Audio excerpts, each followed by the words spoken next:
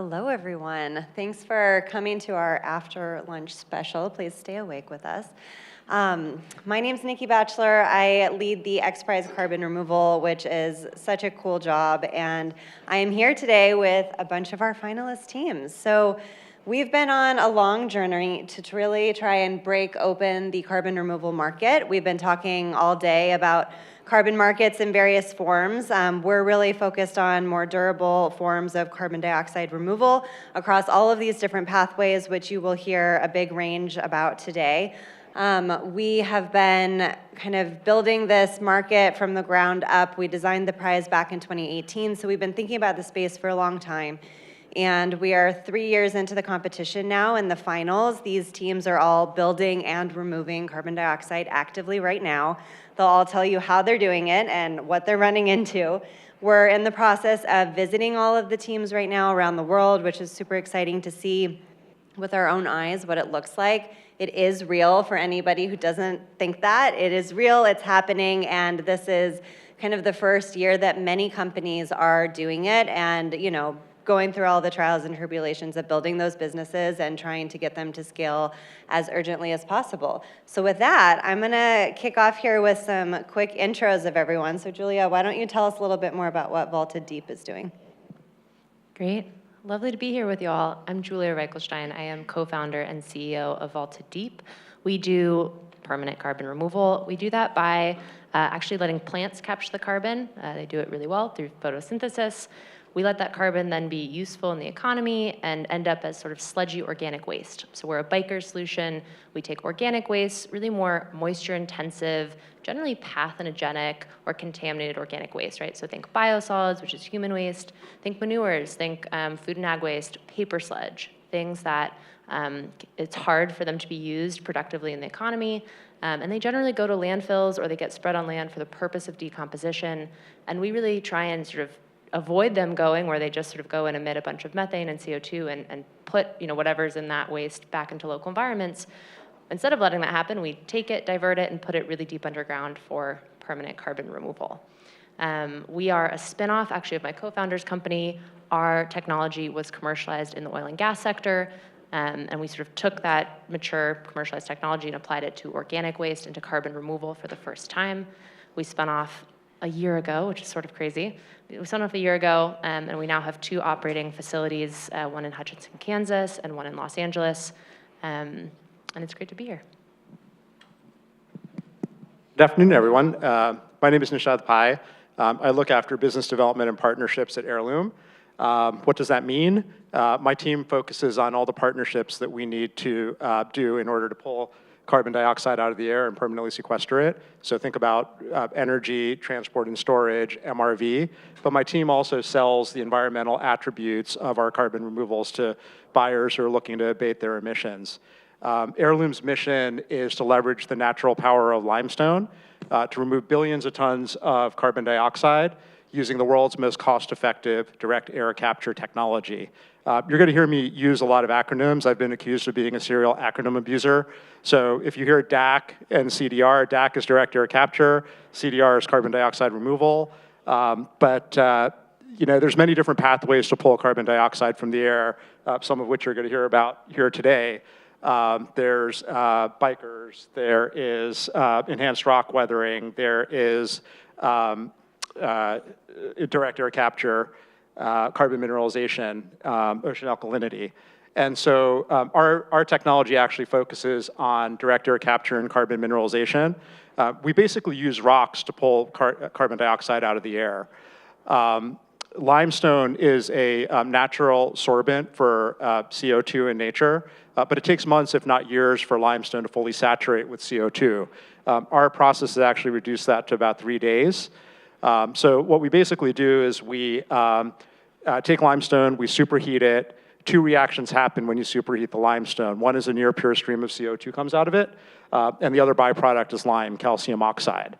So we basically take the calcium oxide, we put it on a tray, we hydrate it, we stack the trays up into the air and expose the material to the air, and over three days it saturates with the CO2, turns back into limestone, and then we can loop the process.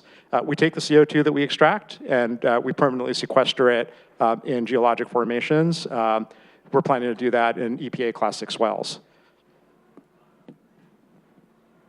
So I'm Mike Kelland. I'm the CEO, co-founder of Planetary Technologies. What we do is a process called Ocean Alkalinity Enhancement. So OAE is another acronym to add to the list here.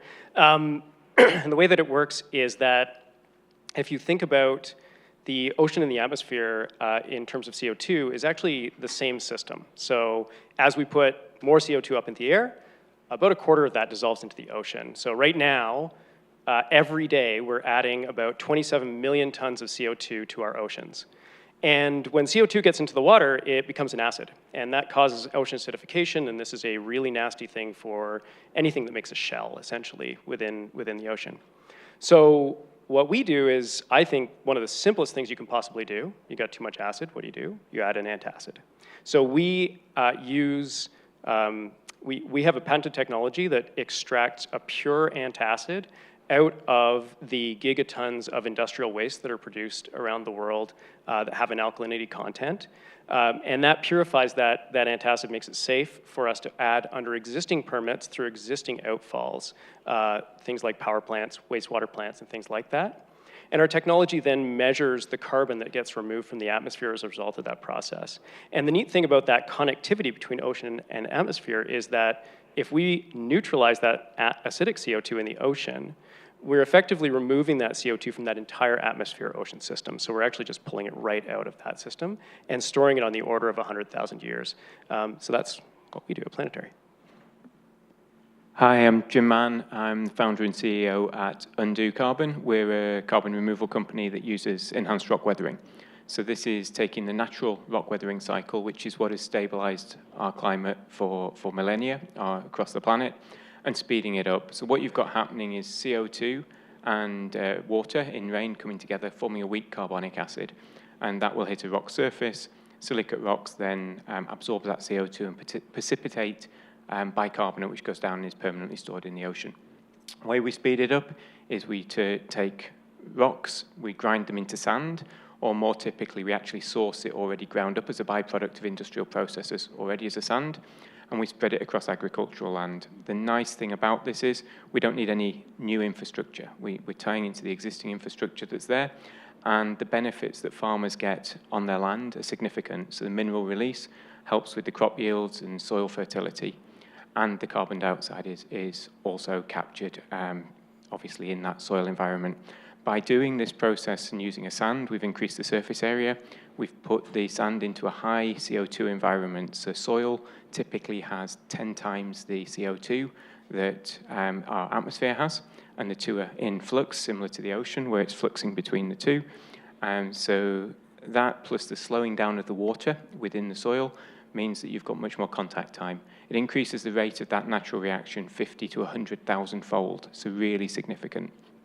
And we've put down a couple 100,000 tons now of rock, so 200,000 tons of rock, so at reasonable scale already. Yeah, thanks, guys. One of the things that's been so interesting coming to visit all of you, I actually have done all of your site visits now, which has been really fun, is learning kind of the journey that you've been on recently. This is such a new industry. It's crazy how fast it's going. I'd like you to just give everyone a sense of when were your companies founded and how large are they now? What operations are you at? Some of you have mentioned that already. I'll just add in there, like, how did you end up wanting to work in carbon removal too, like personally? Who wants to take it? Happy to go. Maybe I'll start on the last question. So I started my carbon removal journey actually as an investor. I was a venture capitalist at Piva Capital, investing in climate technologies circa 2020. And really, I feel very fortunate to have sort of caught what I would call like the start of the durable CDR movement or market. Like carbon markets were sort of having a renaissance at this time. And there was a ton of investor excitement about companies like Heirloom. and you know, I think we saw a really cool couple of things happen. One, the first buyers came in, right? Just really interesting first movers saying, okay, we're going to commit a couple million to durable carbon removal for the first time, right? And see where that gets us. And then we had, you know, really innovative companies sort of quick following. And It was interesting as a venture capitalist because it felt like at the time, almost like no other industry before, there was like a call for entrepreneurs in the space. Like you guys were a part of this, right? Like we have this huge problem. We're going to need so many new companies. We're going to need so much innovation. Like please start a company in carbon removal, which I don't think happens in other places, right? Normally you've got like incumbents that don't want, disruptive new startups coming in. And so I, was a venture capitalist. I kind of heard this. I got really sort of down the rabbit hole on carbon removal. Ended up leaving VC actually before I had any idea what carbon removal company I really wanted to work on, and then was quite fortunate to meet my co-founder. As I mentioned quickly, our technology and our company is really rooted in his decade of work building and commercializing this technology in the oil field waste sector. So in the oil and gas sector, we use a proprietary slurry injection technology, which means how do you put solids underground, right? A solid laden liquid, how do you put that really deep underground? It's really hard to do. It's really easy to plug your well. And he had basically figured out this way of doing it safely and at scale in the oil field space. And then when I met him, he sort of had done, I would call it like sort of a trial project, trial in quotes, but sort of a trial project in the city of Los Angeles. And it sort of had been operating safely for a long time, but had never scaled because it was sort of thought of as a waste management solution, co-located right there with the wastewater treatment facility. And so he was sort of sitting on this really interesting technology with a ton of data that it was working, but sort of saying, the waste management industry isn't valuing all of the good stuff that this technology is doing for the environment, right? We're avoiding methane, we're locking away CO2, we're helping clean up local environments because pathogens aren't going into rivers and waterways. But margins are really thin in the waste management industry, and sort of there wasn't a willingness to pay for a better environmental solution, and so it hadn't scaled in years. And it was really sort of the unlock of the carbon removal markets at that time that said, oh, we can flip our business model on its head and really become a carbon removal solution that happens to have a good solution for the waste management industry. So that all happened circa 2022-ish, and then we officially spun off a year ago, so we're still sort of quite new, but born a teenager, as I normally say, with those 2 existing facilities now, so permitted operational carbon removal facilities, and I guess we're 35 people right now. Heirloom was founded in 2020 in the wake of the UN's IPCC report that stated that we're going to have to remove somewhere between 6 and 10 billion tons of carbon dioxide per year by 2050. So while the company is only 4 years old, the research and development in carbon mineralization and direct air capture has been going on for the last 25 plus years. In fact, our technology comes out of 4 universities, University of Pennsylvania, Columbia University, University of British Columbia, and also Heriot-Watt University out of Scotland. And so our scientific co-founder, Dr. Noah McQueen, he earned his degree in chemical engineering from, PhD in chemical engineering from Penn, where he focused on direct air capture and carbon mineralization. He came out of the lab of Dr. Jennifer Wilcox, who was most recently the Assistant Secretary of Energy in the Biden administration. We've pretty much gone from capturing 1 kilogram of carbon dioxide to up to 1,000 tons of carbon dioxide in the matter of 27 months. So we scaled really quickly. We often get the question, what makes you think you're going to be able to remove billions of tons of CO2? That might not seem a lot, but that's pretty massive progress, right? And if we can continue down that trajectory, we will get to gigaton scale. We're roughly about 130 people. We're spread across 3 locations right now. Our headquarters are in Brisbane, California. We launched the first commercial direct air capture facility last year in Tracy, California, so we have some staff over there. And we recently announced 2 of our next scaled commercial facilities in Northwest Louisiana, so we're building out a presence there as well. How did I get into carbon dioxide removal? I've been at Heirloom for about 2 years now. I spent the better part of 25 years in technology and media, companies like Adobe, Google, Amazon, Yahoo. I'm an investment banker from my past life. I'm also a chemical engineer by education. And I think kind of towards the end of my 25 years in tech and media, I was really feeling a draw to do something a little bit more meaningful and purpose-driven. and started exploring the climate space, the various tentacles of climate, and landed on high durability carbon dioxide removal, which combined all of my background in partnerships and business development, investment banking. It's a capital intensive business, and also chemical engineering. Great. I think I got into this, I like to say I got into it through a little bit of naivete, mostly. You know, there's a saying out there, and it's like, we do this not because it's easy, but because we thought it would be easy.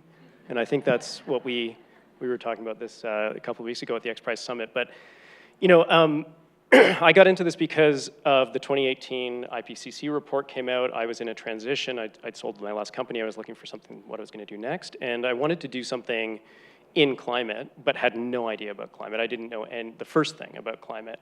I was like, well, I'll start a company, and then I'll be able to learn, and that'll be my platform so that I can go and talk to people about this.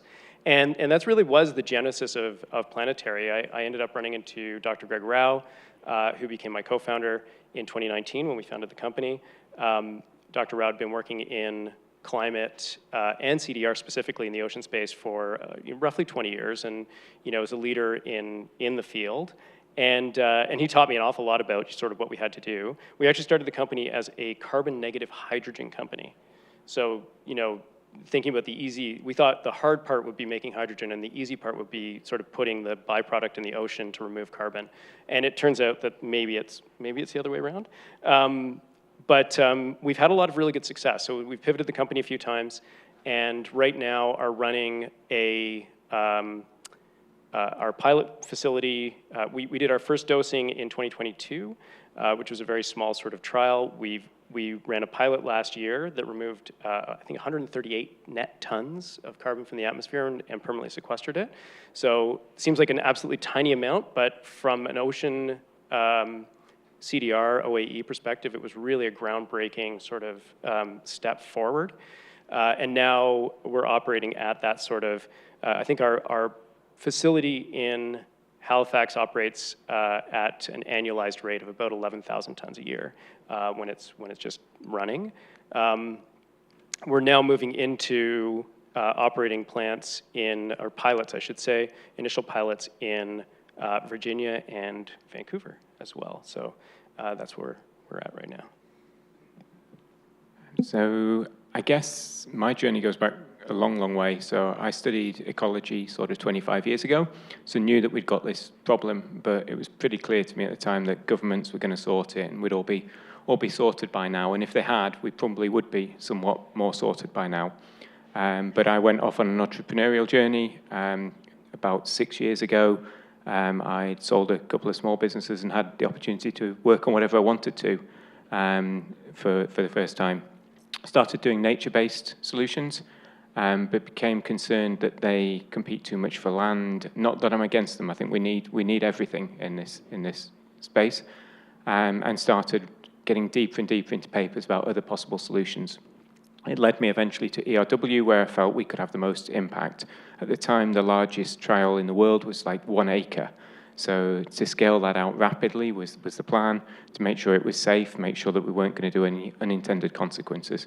So that's sort of, mid-21, formed the company as a spin-out in 22. So we're 2 years old, 65 people. I think of us now as sort of between a startup and a scale-up. We're not quite there to scale up yet, but we know the difficult stuff. And the difficult stuff for ERW really is the measurement. How do you accurately measure this? And we've had to develop new techniques, patent new techniques. So we've got proprietary measuring techniques, and then build all the infrastructure, the technology infrastructure, the financial infrastructure, and the MRV infrastructure to allow us to actually get this to scale. And we're in the process now of getting that ready to then accelerate very rapidly. Yeah, thanks, guys. So that is all a tremendous amount of progress in a few years. I mean, we're talking mostly about things happening since 2020. And we all know that we're in a race against the clock, but there are very practical realities around scaling. I'm curious if you can each share a little bit about how have you approached fundraising, what's been working. Capital deployment is absolutely key to unlocking this space and getting to the next size of commercial deployments that I know you're all trying to get to in the near future. So how have you approached it and what's been working? I'll go quick. We're venture funded today.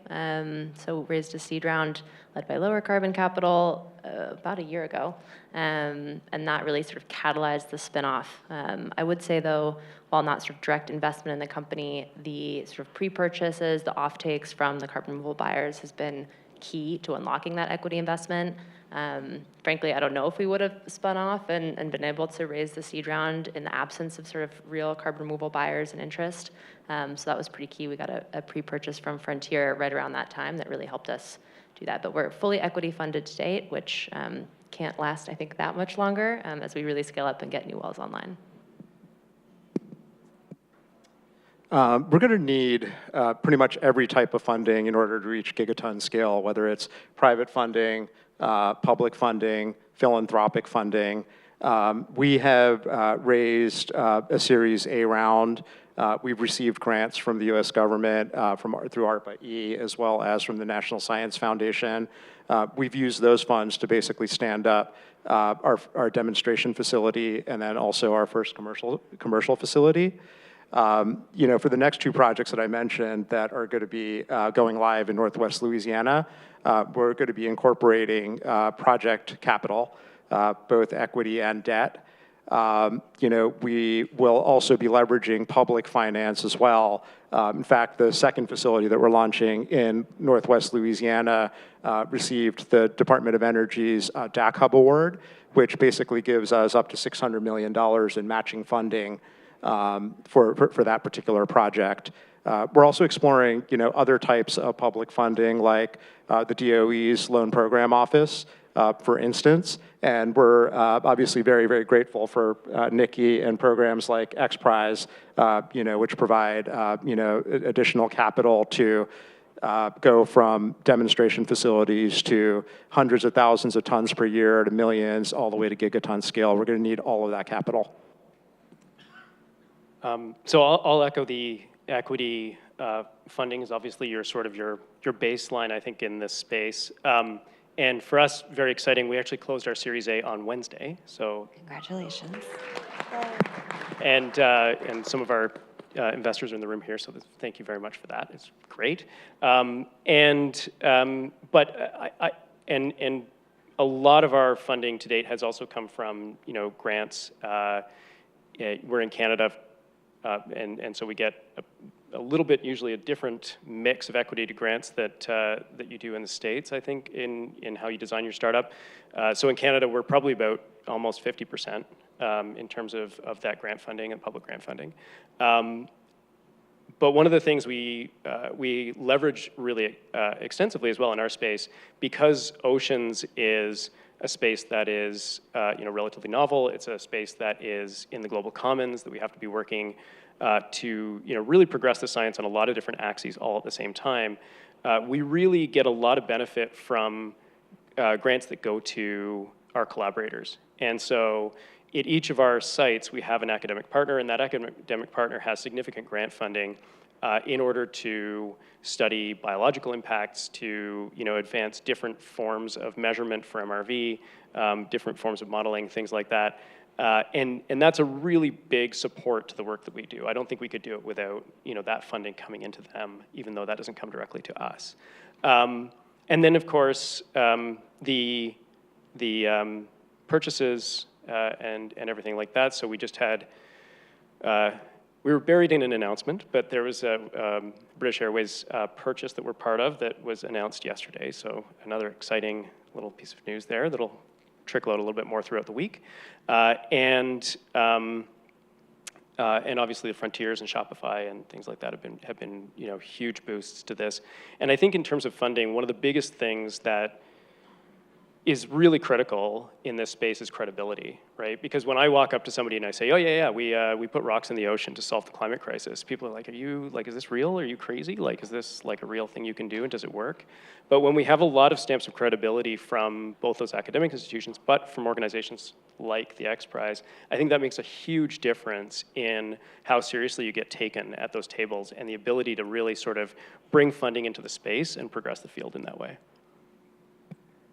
So again, we're venture-backed, so VC money to start us off. We've had quite a lot of success with early customers, not just purchasing carbon removal credits from us, but also investing into aspects of our technology development and trying to fund trials and answer some of those gnarly questions for us, which has been great. We've also used some debt funding, which is in the public domain, where we've worked alongside a Standard Chartered Bank to create innovative debt instruments. And the way we sort of think about things it's got to be really scalable. You know, we're looking to get to a gigaton of removal a year. That means we will need somewhere in the order of, well, it'll certainly be tens of billions of dollars flowing through the company on a regular basis. So we're in the process of building out an evergreen debt facility, a securitization vehicle, which we're well advanced with now. So we're through all the investment committee structures for that to a point where we should be able to unlock that hopefully over the next 12 months. And that's really where we've got to get to long term, is we've got to find the debt instruments, but not just for us project finance, because it doesn't really work. Our projects are effectively too small. You've got to create a sort of a set of projects and be able to finance them in a sustainable, ongoing way. Yeah, just building on that a little bit. I mean, there are a lot of finance folks in the room right now, and we had a great panel right before lunch about some of the, different models that people are exploring. In addition to what you've already kind of been trying to implement with where you've gotten so far, any other calls to action for the room or wish list items of what would really help you right now? Yeah, maybe to piggyback off of what you just said, Jim, I think there's an interesting, at least in my mind, sort of lack of discussion about some of these other financing vehicles, especially for, I don't want to break down the world too simplistically, but sometimes I think about carbon removal as like CapEx projects versus OpEx projects, right? You've got like some technologies which have really big CapEx needs and you need a lot of sort of project finance, up front, and you build a big thing. Or you have, I don't want to put you in my category if you don't want to be there, but in my category, and sort of more OpEx, where we've got some CapEx, but really, for us, we get waste in, we transport the waste, we process the waste, we put it underground, and that's sort of more sort of ongoing costs as we operate, right?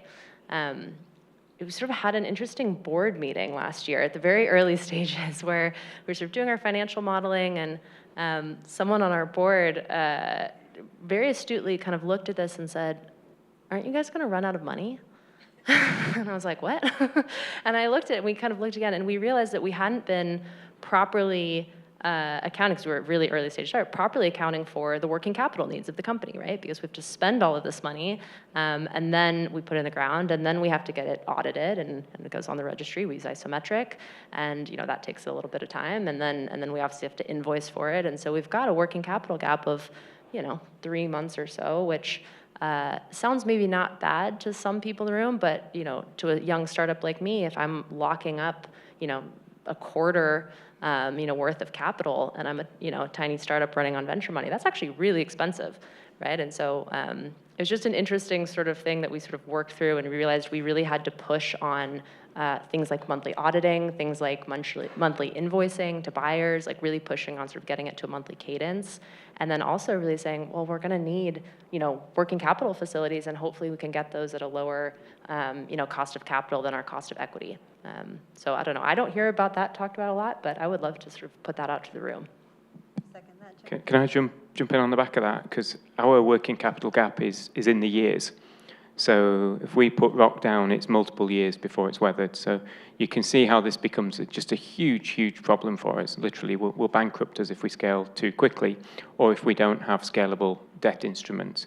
And the learning we've had to do, I've been very fortunate. I've managed to bring in a CFO who was with a listed company previously, a lot of really good background, stellar stellar person to have alongside us trying to do this stuff. But understanding the risk and understanding how banks think about risk and trying to match that to what you're doing and how to de-risk it has been an absolute minefield. With the stuff we've had to learn, even down to where we've got proprietary measuring techniques, to create a bankruptcy remote vehicle, which is what we're doing for the debt financing, we have to have somebody else who can do our measuring technique for us. So we've actually got to then go to somebody who doesn't know how to do it, train them in how to do it, and build up somebody to actually be able to do that part of the business. So this stuff gets super complicated. Every single contract, supply side, demand side, subcontractor side, you go right through your entire business and have to recreate the entire business to be suitable for debt finance. But we will not scale this space if we don't sit down, get in the room with the bankers and understand what they need from us, but also actually do the work internally in our companies and change our companies, dramatically change our companies to sort of build the profile that is debt financeable. Just to add on to what you both said, the whole motion of financing large-scale, high-durability carbon dioxide removal projects, it's brand new, right? There isn't a whole lot of history around this yet. And, the Department of Energy, for instance, has done an incredible job of really figuring out ways to fund, large-scale projects. But, as I had mentioned, the formula has been, you basically use venture capital and grants to stand up your demonstration projects and maybe your, a small-scale commercial project, right? And then automatically the attention goes to the large-scale projects. But there is a little notion of having to continue to de-risk your projects, right? So that's why you don't want to go from a 1,000-ton project to a 1,000,000-ton project. You need to have, kind of that middle ground to not only de-risk technology, but to de-risk execution as well. And so, I think that the call to action from Heirloom would be, for financiers to really think about, how to address that messy middle. Because at the end of the day, if we can't de-risk the messy middle, then it's going to be very hard to get to the types of scale that we need, the millions of tons, the gigatons, to address this time-gated problem. Okay, beyond capital, what are other barriers that you guys are really running into right now? Let's round out the landscape for people. I'll go quick because it's one word, permitting. I need a lot of permits. I need more permits. I need them faster. We can, with us, we have sort of a mature technology. We've got equity investment in. We've got buyers. Like, we have all the ways to functionally scale the technology and to scale the carbon removal. But we're Class 5 permitted, fully regulated by the EPA, which is wonderful for all sort of the quality and metrics and measurement and sort of doing business in a high-quality way. But we also need a lot more permits to be able to scale. So we can sort of move at the pace of permitting agencies, both at federal and state levels of the EPA. And so I would love to see more permits faster. Anything else? I would say there's three things that are on our mind in terms of barriers. One is what I'll call climate-relevant demand. Right now, our buyers and purchasers are primarily in what's called the voluntary carbon market. That's a very limited number of buyers. And a handful of companies that are effectively accounting for the majority of purchases. So, we really need government-backed compliance schemes to help juice up demand. I think that's one area. The other areas are access to low-cost renewable energy. We are in the business of pulling carbon dioxide out of the air. We certainly don't want to put it back in. We power our operations through renewable energy. And so we need to make sure that we have access to sufficient low-cost energy from that standpoint. And then finally, I would say is we need access to long-term permanent storage. As I mentioned, we're planning on permanently sequestering our CO2 in EPA Class 6 wells. As of today, there are 2 operational EPA Class 6 wells. And so, we need to figure out a way to streamline the technical review and the permitting process, obviously safely. But I would say that those are kind of the 3 things that are top of mind from a barrier standpoint. So from our perspective, it's, I think, all of these things, and sort of making sure that the market is there and is strong and is growing is a huge thing. In our specific space, though, I think one of the biggest things that we face is having to build up the perception of the space. And this is a really careful thing that we have to do. We're working in the ocean. People have a very strong attachment to the ocean, and they should. And we have to make sure that what we're doing is safe, effective, but fundamentally trusted. And I think that we move really the speed of this industry on the ocean CDR side at the speed that we can generate trust, right? So moving at the speed of trust is absolutely fundamental to what we do. So, the more that we can have conversations and that we can, spread with coastal communities and regulators and, really just the entire world as to the reality outside of the myths that surround, I think, ocean CDR, the faster that we can move. And that is really the primary impediment to scale to bring this up. So there's two for me. One very practical is lab capacity. We can fix that relatively easily, but it's something that's often missing for open system projects. The other one is regulation to drive the demand. But I see this sort of in a bit of a nuanced way, because the problem that we don't often talk about is regulators having the tools. And so there's an onus on us as project developers to build really scalable supply so we can demonstrate to regulators that the supply will be there if they regulate. And we tend to look at it and ask regulators to regulate for us without recognizing that no regulator in their right mind is going to regulate for something that doesn't exist. So we've got this really difficult chicken and egg. How do we get to the point where we can prove that we can scale rapidly? And it's one of the things I like about ERW, or enhanced rock weathering, is we can scale it quickly beyond a certain point. And that gives the tools to regulators. But we've got to recognize this is a two-way street. I want to pick up on the trust topic for a second. So we often talk about how important social acceptance is to projects moving forward and getting off the ground. I think we're seeing that really strongly in the CDR space because it's something very new to people even in the climate and energy space, but even more so to normal people who are out there just living their lives in communities that might have projects coming in. What are each of you doing to try and build social acceptance, and what has that looked like recently? For us, we work in red states. We have a project in Kansas that I mentioned. It's interesting.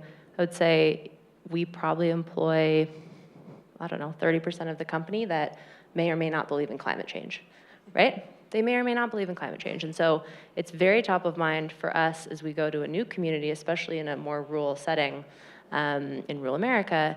I don't come in and say, hey, do you want to help solve climate change? Like, do you want to fight climate change? I mean, I think for a lot of members of those communities, there's, right or wrong, a sense of other people kind of got rich off of, the problem, and now I'm being asked to be the solution, and, that might have risks for my community, and does that feel fair? And I think, frankly, I think some of those concerns are very valid.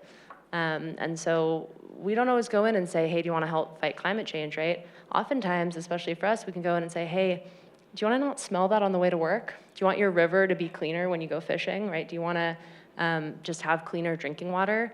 And sort of having that messaging really be around the tangible benefits that a community can feel in the short term, not this sort of amorphous carbon removal, climate change getting hotter, but really in the we could make this better next year, and you could actually see that difference in your everyday life. I think for us, that's going to be one of the powerful motivators. Yeah, this is actually a really big focus area for us. Last year, we published what we called our High Roads Principles for Responsible Carbon Removal. And these principles include 4 key pillars. The first pillar is no enhanced oil recovery. The second pillar is clear and transparent MRV, monitoring, reporting, and verification. The third pillar is paying prevailing wages and using union labor. And the fourth pillar is deeply engaging with communities, right? Not on the surface level, but going beyond economic development and jobs and really focusing on what the communities need and what they're asking for. Things like earlyhood child education, training for transition, things like this, right? So these are the principles that we're following in deploying our facilities in new places like Northwest Louisiana and Shreveport, for instance. We stood up a community governance council alongside our first commercial facility in Tracy, California. And so, we're engaging directly with the community, and that's a platform for communication and discussion. We are developing a very, very robust community engagement plan for Shreveport, Louisiana, alongside our 2 facilities there as well. So, we recognize and realize that we can't get to gigaton scale without getting the buy-in of the communities where we're deploying these facilities. Yeah. Well, we're mostly at time here. I'm just going to wrap up with a very short sentence each on where you all see your companies in 10 years. I know that's not easy, but if everything goes well and we knock down these barriers, where would you see your vision? Happy to have a go at that. I'd like to see us well on that pathway to removing a gigaton of CO2, working with partners around the world and building out the infrastructure that means that we can really have that proper scalable impact. Yeah, I mean, similarly, I think the scale piece is really important over the next 10 years. I think that we can, we like to say, sort of, the old saying that, sorry, smooth is slow and slow, sorry. If you go slowly, we will actually be able to move faster, essentially, in the long run. Sorry, the exact wording of that escapes me. But I think right now we're building a foundation for us to be able to grow exponentially over the next 10 years. And if we do it properly and we engage properly in communities and we do the right science in the right ways and we build the right partnerships, then we'll be set up to be able to move very, very quickly by the 10-year time frame. And that's really what we want to be able to do. We look at our business as a flywheel, and the flywheel starts with technology. The technology drives offtake purchases. The offtake drives financing. The financing drives deployment. Deployment drives scale. And this is all with an eye towards lowering cost and increasing demand. And so, I think to answer your question, Nikki, with respect to how we see our business in the next 10 years, we want to make sure that this flywheel is working effectively, that it's efficient, and we are working towards gigaton scale at the same time while bringing costs down. Carbon removal is a waste management challenge, right? One of the largest waste management challenges in history. There's waste carbon in the atmosphere, and we've got to take it out of the atmosphere and put it somewhere durably. And so, I don't know, I think carbon removal is one of my investors, Ryan Orbuck, who may or may not be here, would say. Carbon removal is sort of mass transfer, right? And I think the waste management industry has historically been really good at mass transfer, right? Sort of dealing with large amounts of material of mass. So honestly, I hope to be a really large industrial waste management company. All right, you guys, thanks so much for all your hard work and joining us today. Thank you.